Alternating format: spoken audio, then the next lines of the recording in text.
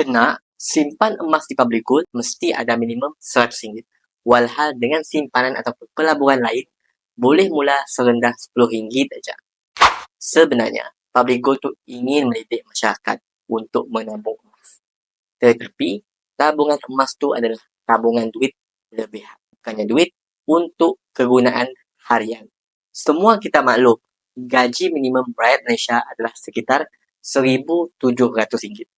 Pakar kewangan menyarankan untuk kita menyimpan sekurang-kurangnya 10% daripada pendapatan kita. Bermakna, perempuan perlulah menyimpan minimum RM170 untuk setiap bulan.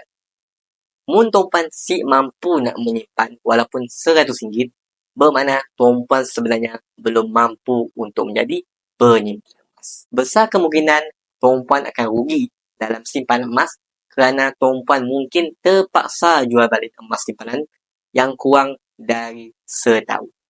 Tetapi, mun perempuan mampu untuk menyimpan, cuma duit perempuan tu mudah dilak bocor sebab ada je kehendak yang perempuan nak beli, perempuan boleh cuba bekukan simpanan perempuan dalam bentuk emas. Nak mula menabung emas dengan ilmu? Jom kami bantu perempuan dengan sebaik